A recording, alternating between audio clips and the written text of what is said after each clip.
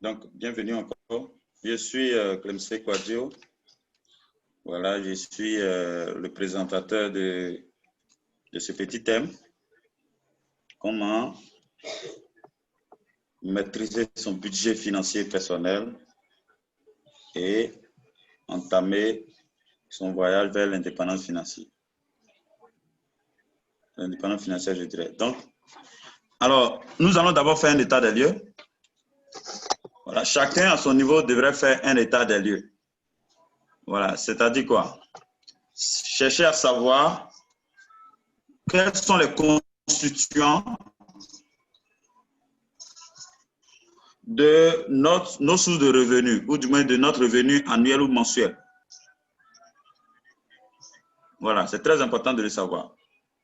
Parce que pour chercher à maîtriser un budget, il faut savoir combien toi-même tu produis chaque mois ou chaque année, et ce budget-là, comment est-ce que tu l'utilises pour satisfaire tes besoins illimités. Alors, là, j'ai présenté un petit diagramme. OK? Nous avons le revenu qui doit alimenter plusieurs postes de charges. Voilà. Nous avons le loyer. Voilà. Si nous n'habitons pas dans une maison familiale, nous devons payer le loyer, ce qui constitue une part importante dans notre salaire. Nous avons également la scolarité des enfants. Si nous aussi nous continuons de prendre des formations, des cours, alors il faut payer ces scolarités-là, ou bien ces frais-là. Nous avons également les besoins en santé.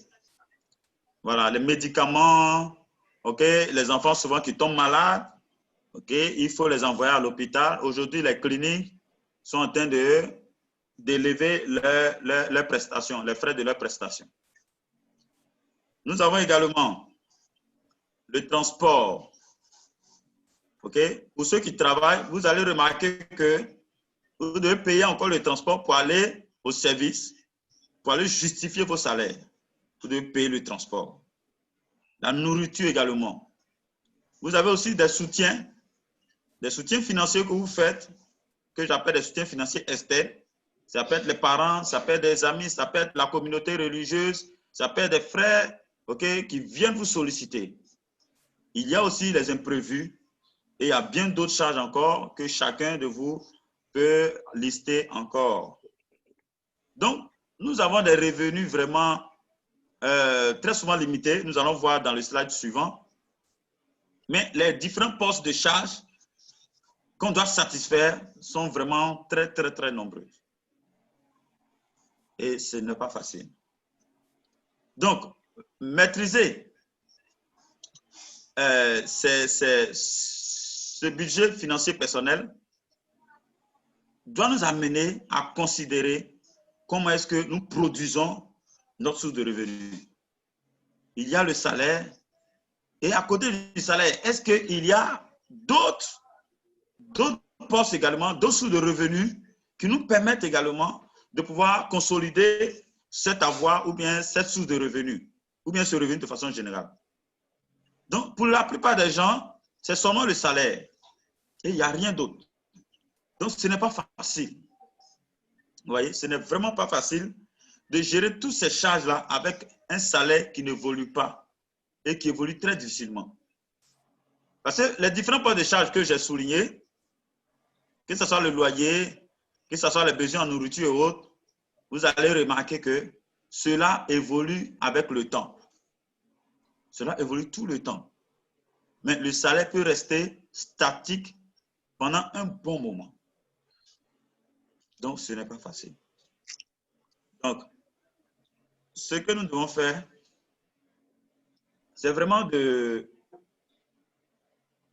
d'analyser de façon très stricte les différentes dépenses, les différentes charges que nous faisons dans le mois.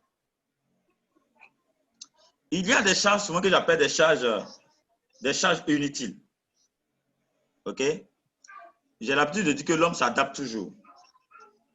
Si une personne est payée à 1 million ou 1,5 million, si vous dites à cette personne d'essayer d'épargner ne serait-ce que 200 000 par mois, la personne va vous dire que c'est très, très difficile. C'est très compliqué.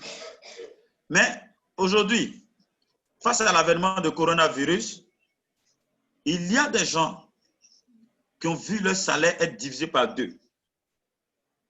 Parce qu'au risque de les licencier, on leur a proposé, écoutez, vous allez faire 12 vacations. Pour le même poste, M. X va venir travailler pendant 2 semaines et les 2 autres semaines, il y a M. Y qui va venir travailler. Donc les 2 auront demi-salaire.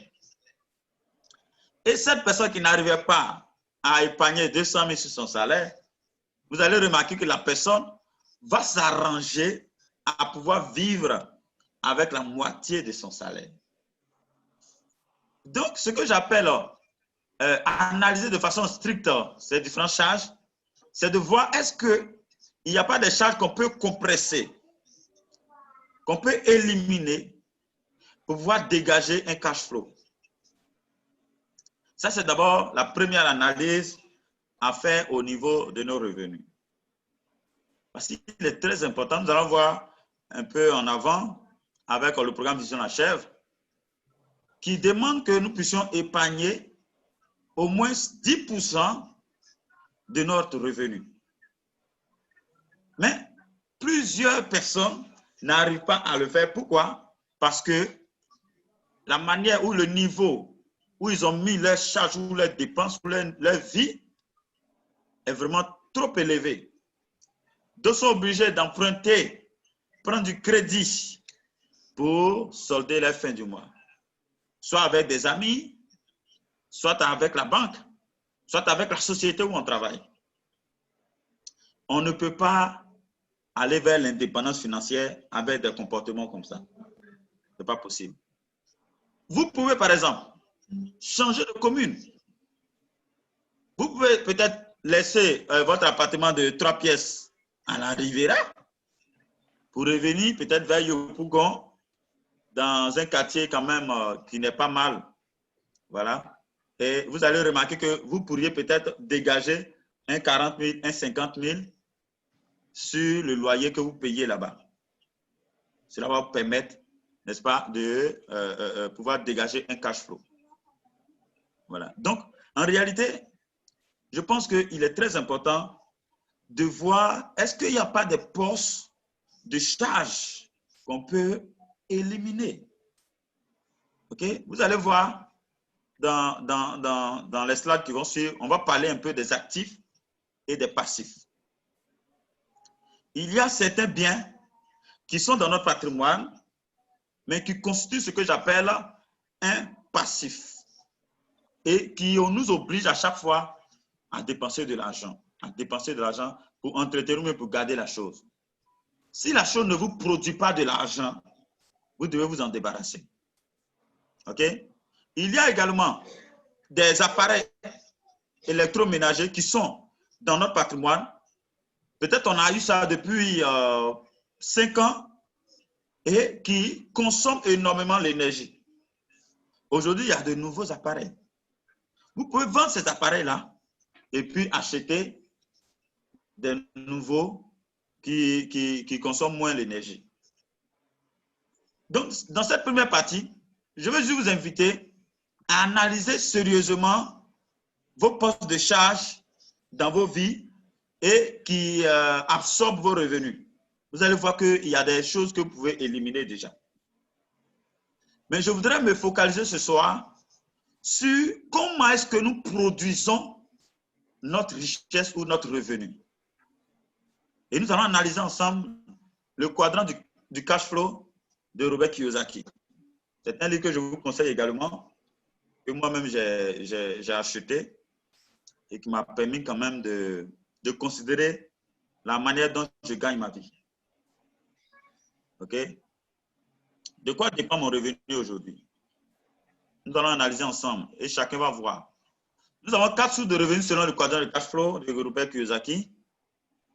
4 sources de revenus, 4 catégories de personnes ayant 4 valeurs fondamentales différentes. Alors, le premier cadran que nous allons analyser, c'est le cadran des employés. Le deuxième cadran, c'est le cadran des travailleurs autonomes. Voilà. Ce sont des gens qui sont leurs propres patrons, tels que des coiffeurs, des cordonniers et autres. Le troisième cadran, c'est le cadran des propriétaires d'entreprises ou de systèmes ou de business. Et le quatrième, c'est le cadran des investisseurs. Voilà. Nous allons voir un peu en détail. Et chacun à son niveau va regarder où est-ce qu'il se situe aujourd'hui. Est-ce que tu es employé? Est-ce que tu es un travailleur autonome? Ou bien tu es un propriétaire d'entreprise ou de business ou de système? Ou bien tu es un investisseur? Alors, en tout cas, c'est un bon livre qui vraiment m'a aidé à comprendre beaucoup de choses. Les employés. Les employés, ce sont des gens qui échangent leur temps et leur énergie contre l'argent.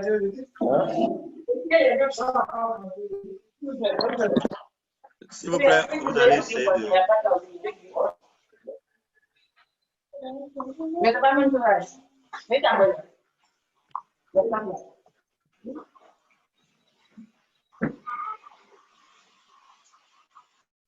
OK. Voilà. Donc, les employés, ils ont un temps limité. Voilà. C'est-à-dire, aujourd'hui, quel que soit le salaire que vous avez, vous allez remarquer que ce salaire-là, vous pouvez rapporter ça à l'heure. Vous pouvez calculer votre salaire à l'heure. Et quelle que soit votre bonne volonté, même si vous travaillez 24 heures sur 24, il y a certains montants ou une certaine somme que vous ne pourrez jamais atteindre. Pourquoi? Parce que la journée est limitée. Il n'y a que 24 heures dans la journée. Donc, vous ne pouvez pas vraiment toucher le revenu que vous voulez en étant employé. Un autre problème des employés, c'est quoi? C'est qu'ils ont un revenu limité et fixe. Il peut traîner le même revenu pendant 1 an, 2 ans, 3 ans, 4 ans et 5 ans. Pendant ce temps, les différents postes de charges que nous avons analysés ensemble, vous allez voir que ces charges augmentent pendant que les années passent. Or, son revenu est toujours la même chose. Donc, son niveau de vie est obligé de descendre, est obligé de se rétrécir en quelque sorte. Quelqu'un qui était stagiaire, ou du moins ça, qui était en début de carrière, il n'était pas encore marié, okay? Il a pris son studio américain, il est tranquille, son écran plasma, en tout cas bien meublé, il va faire 1 an, 2 ans, il va avoir une copine, fiancée, après il va se marier, okay? Il va avoir des enfants, mais son salaire est toujours la même chose.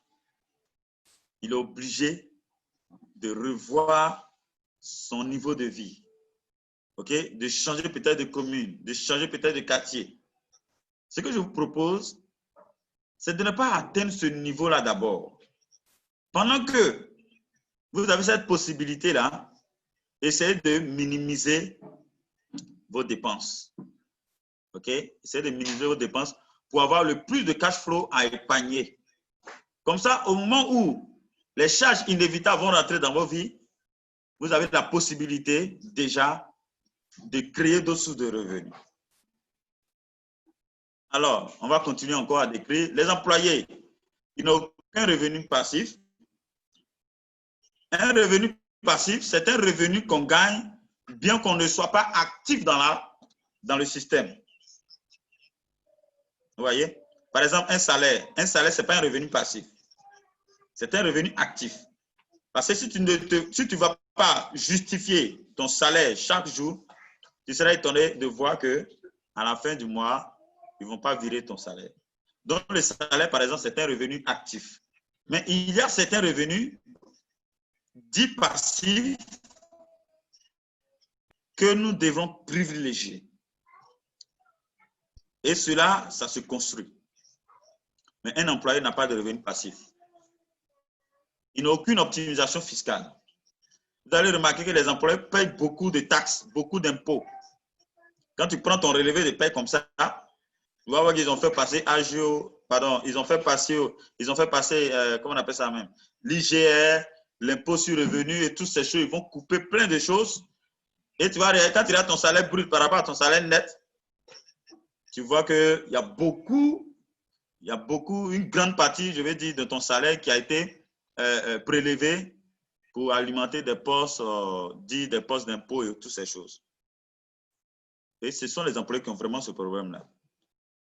Et ce sont les gens également qui manquent de temps pour leur famille. Souvent, il peut y avoir des promotions, mais de plus en plus, il va remarquer qu'il n'a vraiment pas de temps. Il est tout le temps parti. Vous voyez? Et ça, c'est vraiment le cadran des employés selon Robert Kiyosaki. Alors, nous avons les travailleurs autonomes. Ils sont pareils aux employés, pratiquement. La seule différence, c'est que leurs revenus sont variables. Parce qu'aujourd'hui, il peut faire un chiffre d'affaires de 15 000 dans la journée. Demain, ça peut être 10 000. Après, demain, ça peut être 8 000 et vice-versa. Donc, la seule différence, c'est qu'eux aussi, ils ont un revenu variable. Ils sont limités dans le temps. Ils n'ont aucun revenu passif. Ils n'ont aucune optimisation fiscale. Et il manque également de temps pour sa famille. Alors, les propriétaires d'entreprises de business, ce sont des gens qui créent et gèrent une entreprise ou un système ou une affaire. OK? Ils tirent leur revenu de l'effort de plusieurs paramètres, de plusieurs maillons de leur système qu'ils ont mis en place. Ça peut être des employés, ça peut être des partenaires. OK? Qu'ils soient malades ou en vacances, ce sont des gens qui peuvent continuer à avoir de l'argent. Pourquoi? Parce que leur argent ne dépend pas d'eux-mêmes. Ce sont des revenus passifs. Voilà. Qu'ils soient là ou pas, ça produit toujours. Alors, donc, les revenus aussi peuvent se trouver illimités, voilà, et n'est pas fonction d'eux-mêmes. OK? Et ce sont des gens, puisque leurs revenus ne requièrent pas forcément leur présence physique, ils peuvent avoir du temps pour leur famille. Et ils ont une bonne optimisation fiscale. Contrairement à ceux du cadran gauche, qui sont à gauche du cadran du cash flow. Alors, nous allons voir maintenant les investisseurs. Les investisseurs, ils sont bien entendu à droite du quadrant. Ils sont pratiquement dans le même ordre d'idées que les propriétaires d'entreprise. Mais à la différence, ce sont les gens qui investissent dans les actifs, des titres, des actions, des obligations. Et donc, ils sont rémunérés. C'est-à-dire que c'est l'argent qui travaille pour eux. Ils investissent en bourse, voilà, et en retour, lorsque les actions se passent bien, vous allez voir que son argent se fructifie. Voilà. Donc, l'argent travaille pour eux. Qu'ils soient malades ou en vacances, ils peuvent avoir l'argent. 100% de leur revenu est passif et variable avec le temps. Et ils ont aussi beaucoup de temps pour leur famille. Ils ont aussi une bonne optimisation fiscale. Alors, face à cette illustration, OK, Robert Kiyosaki, par exemple, va vous dire que ceux qui sont à gauche du cadran ici, les employés et les travailleurs autonomes, ce sont des gens très souvent qui finissent pauvres. Pourquoi? Parce que ils travaillent très durement, ils donnent de toute leur énergie, mais le salaire ne suit pas forcément, le revenu ne suit pas forcément. Donc, si nous voulons vraiment entamer notre voyage vers l'indépendance financière, il nous faut migrer. Il nous faut migrer de employés vers propriétaires d'entreprise, c'est-à-dire créer une entreprise ou un système ou un business qui a un effet de levier et qui peut fonctionner même si on n'est pas là. Par exemple, vous avez créé, disons, un coin de traitement de tests, par exemple, je dis n'importe quoi, et vous avez mis des jeunes gens là-bas qui gèrent ça pour vous, des gens de confiance. Vous êtes occupé à votre emploi, principal, mais derrière, vous avez votre petit système que vous avez mis en place. C'est vrai que vous avez investi à l'intérieur, mais le revenu qui se crée là-bas ne dépend pas forcément de vous. Donc, que vous soyez là, que vous ne soyez pas là, ça tourne. Donc, Robert Kiyosaki nous conseille de quitter progressivement le cadran d'employé, si nous sommes employés aujourd'hui, vers le cadran des propriétaires d'entreprise. Si nous sommes travailleurs autonomes également, nous devons migrer vers ce poste, vers les propriétaires de business ou d'entreprise. Ensuite, après avoir expérimenté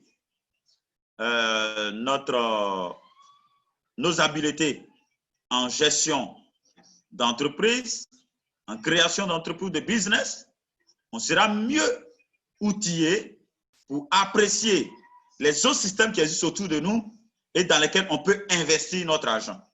Robert Kiyosaki va vous conseiller, par exemple, de créer d'abord des systèmes qui vous génèrent de l'argent de façon passive avant de chercher à investir dans les autres systèmes. Parce que si vous ne le faites pas et que vous avez épargné votre argent sur votre salaire, okay, petit à petit, et que vous avez fait un faux investissement, vous risquez de tout perdre. Ouais, vous risquez de tout perdre. Ensuite, vous avez mis l'accent d'abord sur la création des actifs, sur la création des systèmes. Si vous faites un mauvais investissement dans un autre système, cela ne peut pas vraiment vous déboussoler. Pourquoi? Parce que vous avez déjà des actifs qui continuent de vous générer des revenus, qui continuent de vous générer de l'argent. Vous allez reculer un peu, mais vous allez vous lancer avec beaucoup plus de sagesse. Voilà. Et pendant ce temps, il est important de se former.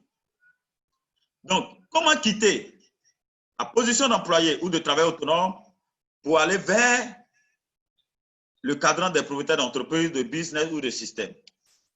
Robert Kiyosaki va nous conseiller, par exemple, de créer une entreprise de type C.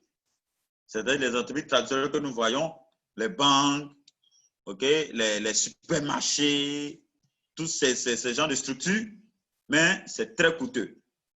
Combien d'entre nous aujourd'hui pouvons mobiliser ce capital-là pour lancer cette entreprise-là? Est-ce que nous-mêmes, nous avons le temps pour bien gérer cette entreprise traditionnelle? Okay? On sait qu'on ne peut pas quitter notre emploi parce qu'on sait que ce n'est pas évident que ça marche du coup, tout de suite. Donc, on a peur. Alors, il est très, très difficile de créer une entreprise de type C lorsqu'on est déjà dans des cadrans tels qu'employé ou travailleur autonome. La deuxième proposition que Robert Kiyosaki va nous donner, c'est en achetant une franchise. Aux États-Unis, un peu partout, vous voyez un peu les coins de Burger King et autres, ce sont généralement des franchises.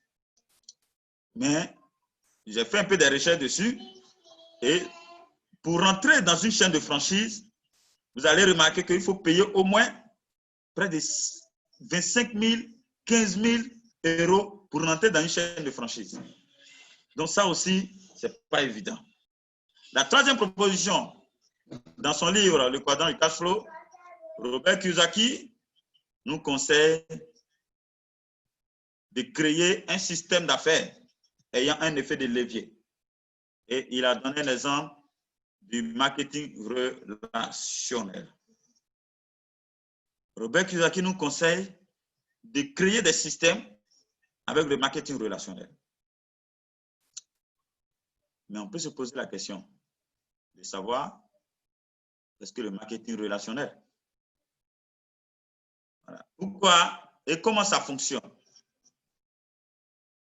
Et c'est très important.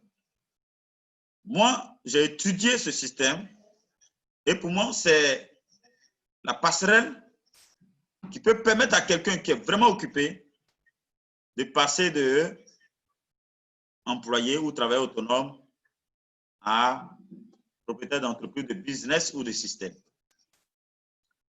On va essayer de définir rapidement le marketing relationnel, mais à partir du marketing traditionnel. Le marketing peut se définir comme l'ensemble des techniques, stratégies et actions nécessaires qui a pour but de mettre un produit ou un service sur le marché et le vendre. Aujourd'hui, on distingue plusieurs types de marketing. Nous avons le marketing traditionnel que nous connaissons. Nous allons voir ça un peu devant. Nous avons le marketing d'affiliation. Nous avons le marketing digital ou numérique. Aujourd'hui, on voit tout le monde sur Facebook en train de le faire. Nous avons le marketing direct. Nous avons le marketing relationnel. Alors, ce sont des stratégies. Un peu en football, moi j'appelle ça des systèmes de défense ou d'attaque. 4-4-2, ok? 4-5-1, ok? 4-3-3, voilà, ce sont des systèmes. Donc, chaque société, chaque entreprise va adopter le type de marketing qui peut vraiment lui permettre de vendre plus.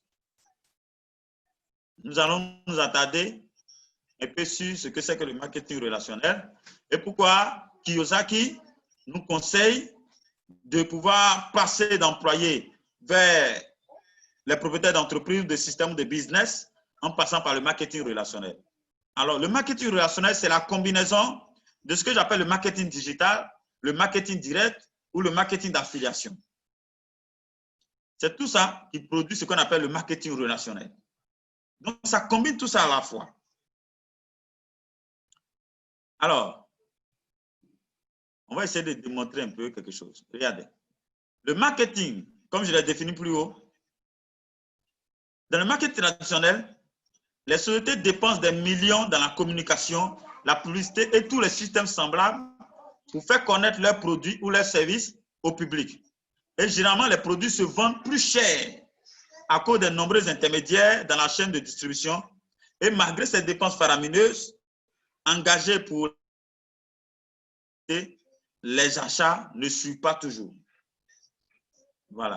Le gars, il est parti à la RT, il a payé les frais de publicité, mais malgré cela, les achats ne suivent pas, alors qu'il a déjà dépensé. Vous voyez? Et regardez ce que le marketing relationnel fait. Dans le marketing relationnel, ce sont les clients qui ont déjà expérimenté ou consommé les produits ou services qui sont chargés de faire la publicité auprès de leurs relations, que ce soit des parents, des amis, des connaissances, etc. Cela se fait à travers le bouche à oreille naturel classique. Alors, il y a un bruit qui me gêne un peu. Essayez de désactiver vos micros. Alors, donc, ce marketing va se faire de bouche à oreille. Nous avons l'habitude de dire qu'un client satisfait vaut mieux que 1000 publicités. Donc, certaines entreprises vont utiliser la force du bouche à oreille pour faire la publicité de leurs produits. Vous allez voir un peu en avant, dans le slide suivant, comment cela va se passer. Donc, les sociétés vont rémunérer ces clients distributeurs-là en utilisant une partie du budget qui devait être engagé dans le marketing traditionnel. Une partie du prix des produits vendus est donc utilisée à cette fin. Alors, comment est-ce que le marketing relation peut permettre à quelqu'un de passer d'employé à travailleur ou du moins à propriétaire d'entreprise? On va illustrer un peu rapidement. Voilà l'usine qui est là. OK? L'usine est là et l'usine fabrique des produits. L'usine fabrique des produits, l'entreprise a ses propres produits et ces produits-là doivent être acheminés au client final qui est là. Mais pour y arriver, dans le marketing traditionnel, nous avons besoin du stockage. Nous avons besoin de la publicité. On va payer des frais de publicité. Nous avons besoin de faire le transport. Les grossistes vont venir jouer leur rôle. Voilà. Après, les grossistes vont venir prendre les produits à l'usine au prix de gros. Ils vont ajouter les marges parce que puisqu'ils vont engager certaines dépenses, certaines charges, ils ont des magasins à payer, ils ont des salariés à payer, ils ont le courant, la facture d'eau, de l'électricité à payer. Et du coup, ils sont obligés de majorer le prix du produit. Les détaillants également prennent avec ces grossistes-là, avant que nous, on ne prenne avec, par exemple, le boutiquier. Donc, ça fait que le produit arrive chez le client final en subissant tous ces différents intermédiaires ou ces différents chargements. Et cela fait que le prix de l'usine peut se retrouver majoré d'au moins 70%. Donc, ce qui réduit la clientèle de l'usine, de l'entreprise. Parce que si ces grossistes ou bien ces intermédiaires n'étaient pas entre, par exemple, le client final et l'entreprise, on pourrait vendre le produit un peu moins cher et on aurait beaucoup plus de clients qui seraient intéressés par ce produit. Aujourd'hui, vous allez prendre une Ferrari, peut-être 300 millions, mais si vous baissez le prix, ceux qui n'avaient pas le pouvoir d'achat, par exemple, acheter cela, pourront rentrer dans la liste des clients. Pourquoi? Parce que le prix a baissé. Et voilà comment le marketing traditionnel fonctionne. À côté de cela, il a été mis en place ce que j'appelle le marketing relationnel. Le marketing relationnel va utiliser le témoignage ou la publicité du client qui a déjà essayé le produit.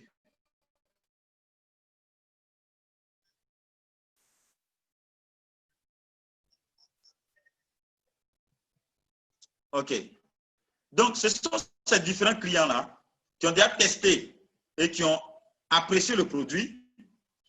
Ce sont ces clients-là qui vont témoigner et faire la publicité du produit qu'ils ont eux-mêmes consommé.